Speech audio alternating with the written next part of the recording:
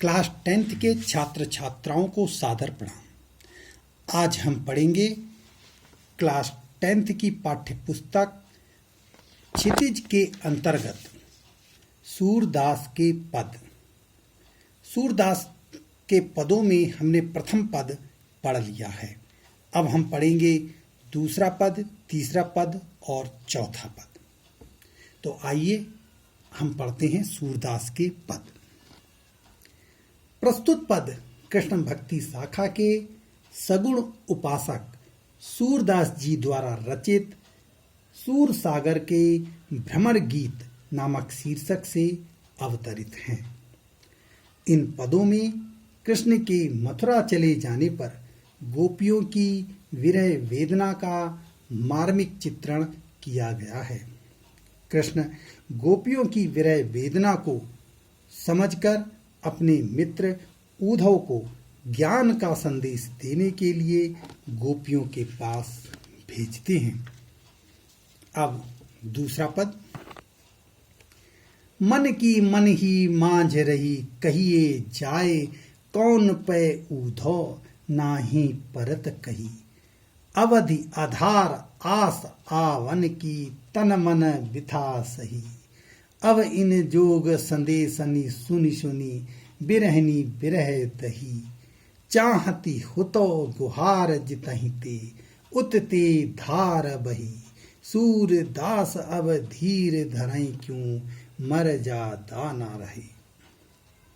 इस दूसरे पद में जब उद्धव निर्गुण ज्ञान का संदेश लेकर गोपियों के पास आते हैं तो गोपियां कहती हैं कि हमारी मन की बात तो मन में ही रह गई, मन की मन ही मांझ रही। गोपियों की मन की बात क्या थी कि वे श्री कृष्ण से प्रेम करती थी।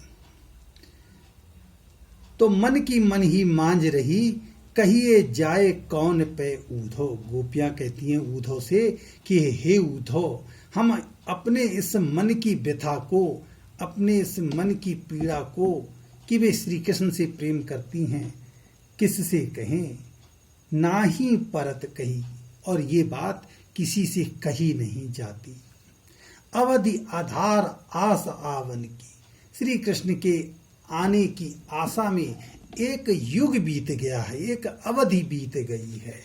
तन मन बिथा सही, हमने तन से मन से इस कष्ट को, यानी श्री कृष्ण की विरह व्यथा को, इस कष्ट को अत्यंत पीड़ा के साथ सहा है।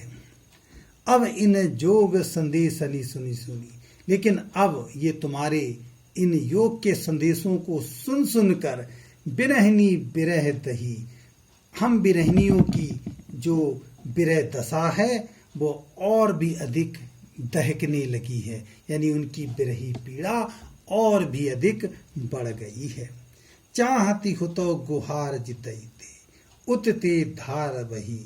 गोपियां अपनी इस व्यथा पीड़ा की शिकायत जिससे करना चाहती थी, ये शिकायत तो वहीं से आई हुई, अर्थात वे अपनी जिस शिकायत को श्री कृष्ण भगवान से करना चाहती थी, ये सहयोग का संदेश तो श्री कृष्ण भगवान के पास से ही आया है। अब ऐसी स्थिति में वे क्या करें। सूरदास अब धीर धरई क्यों, मर जा दाना रही। सूरदास जी कह रहे हैं कि गोपियां कहती हैं कि वे अब धैर्य धारण क्यों करें। उनके मन की जो मर्यादा है, उनके अंदर जो मर्यादा थी, अब वो समाप्त हो चुकी है। अब वे धैर्य धारण नहीं कर सकती।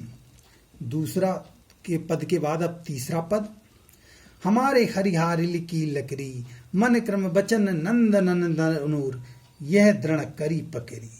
जागत सोबत स्वप्न दिवस निसी, काना काने जकरी। सुनत जोग लागत है ऐसो, ज्यों करुई ककरी। सूतो व्याधि हमको ले आए, देखी सुनी ना करी। यह तो सूरत नहीं ले सौंपो, जिनके मन है चकरी। तो इस तीसरे पद में हमारे हरि हारिल की लकड़ी, कृष्ण के प्रति अपने दृढ़ प्रेम को प्रकट करते हुए गोपियां कह रही हैं कि कृष्ण हमारे लिए हारिल पक्षी की लकड़ी के समान बन गए हैं। अर्थात जिस प्रकार हारिल पक्षी हमेशा लकड़ी को साथ लिए रहता है, उसी प्रकार गोपियां कहती हैं कि हमारे लिए कृष्ण भी हारिल पक्षी की लकड़ी के समान बन गए हैं, यानी वे उनसे कभी भी अलग नहीं हो सकते। मन क्रम वचन नंद नंदन और यह दृढ़ करी पकड़ी। आगे गोपियां कहती हैं कि हमने मन से, कर्म से, वचन से नंद के पुत्र अर्थात श्री कृष्ण भगवान को अपने हृदय में बसा लिया है और इसे पूरी दृढ़ता के साथ पकड़ कर रख लिया है। जागत सोवत स्वप्न दिवस निसे काने काने जकरी। वे सोते हुए, जागते हुए, स्वप्न देखते हुए, दिन में रात में हमेशा काना काना ही रटती रहती हैं। सुनत जोग लागत है ऐसो ज्यों करुई ककरी। आगे वे उद्धव से कहती, हे उद्धव, तुम्हारे द्वारा लाया गया यह योग का संदेश तो ऐसा है जैसे कोई कड़वी ककड़ी हो। सूतो व्याधि हमको ले आए, देखी सुनी न करी। हे उद्धव, ये तुम कौन सी व्याधि, कौन सी बीमारी हमारे लिए ले आए हो, जिसको ना तो हमने कभी देखा है, ना सुना है, ना किया है। यह तो सूर्य तिन्हई ले सौंपो, जिनके मन है चक्री। आगे सूरदास जी कहते हैं कि गोपियां उद्धव से कह रही हैं कि हे उद्धव, इस योग के संदेश रूपी बीमारी को तुम उन्हीं को सौंपो जाकर, जिनके मन कृष्ण के समान चंचल हैं। हमें इस योग के संदेश की आवश्यकता नहीं है। और अंतिम पद, हरि हैं राजनीति पड़ी आए, समझी बात कहत मधुकर के, समाचार सब पाए। एक अति चतुर हुते पहले ही, अब गुरु ग्रंथ पढ़ाए। बड़ी बुद्धि जानी जो उनकी, जोग संदेश पठाए। उद्धव भले लोग आगे के, परहित डोलत धाये। अब अपने मन फेर पाइए, चलत जुहुते चुराए।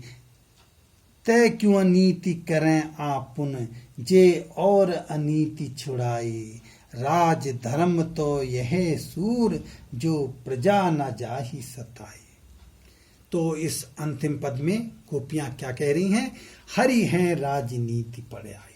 गोपियां उद्धव से कहती हैं, हे उद्धव, अब तो श्री कृष्ण ने राजनीति पढ़ ली है। समझी बात कहत मधुकर की। सखियां, गोपियां अपनी दूसरी सखियों से कह रही हैं कि हे सखियों, क्या तुमने इस भौरे, भौरे यहाँ पर उद्धव को कहा जा रहा है, क्या तुमने इस मधुकर अर्थात भौरे की बात को सुना है, इसके समाचार पाए हैं? एक अति चतुर हुते पहले ही, एक तो श्री कृष्ण भगवान पहले ही अत्यधिक चतुर थे, चालाक थे। अब गुरु ग्रंथ पढ़ाए, अब तो उन्होंने मथुरा में गुरु से ग्रंथ भी पढ़ लिए हैं, यानी अब तो भी और अधिक बुद्धिमान हो गए हैं। बड़ी बुद्धि जानी जो उनकी, हम तो श्री कृष्ण भगवान को बहुत बुद्धिमान समझती थी। जोग संदेश पढ़ाए, लेकिन उन्होंने तो हमारे लिए योग के संदेश भेज दिए। उद्धव भले लोग आगे के, परहित डोलत धाये। आगे गोपियां कह रही हैं, हे उद्धव, पहले के लोग ज्यादा अच्छे होते थे, जो दूसरों के कल्याण के लिए भ्रमण करते रहते थे। अब अपने मन फेर पाइए, चलत जुहुते चुराए। यहाँ पर गोपियां निराश हैं और कह रही हैं, हे उद्धव, अब हम अपने मन को श्री कृष्ण भगवान से पुनः वापस चाहती हैं, जो कि श्री कृष्ण भगवान यहाँ से मथुरा जाते समय हमारे दिल को चुरा ले गए थे। तय क्यों अनीति करें आपुन, जे और अनीति छुड़ाए। आगे वे कहती हैं कि श्री कृष्ण भगवान हमारे साथ इस प्रकार अनीति, अन्याय क्यों कर रहे हैं, जे और अनीति छुड़ाए, वे तो दूसरों को अन्याय से बचाने वाले हैं, वे दूसरों को अन्याय से बचाते हैं, वे हमारे साथ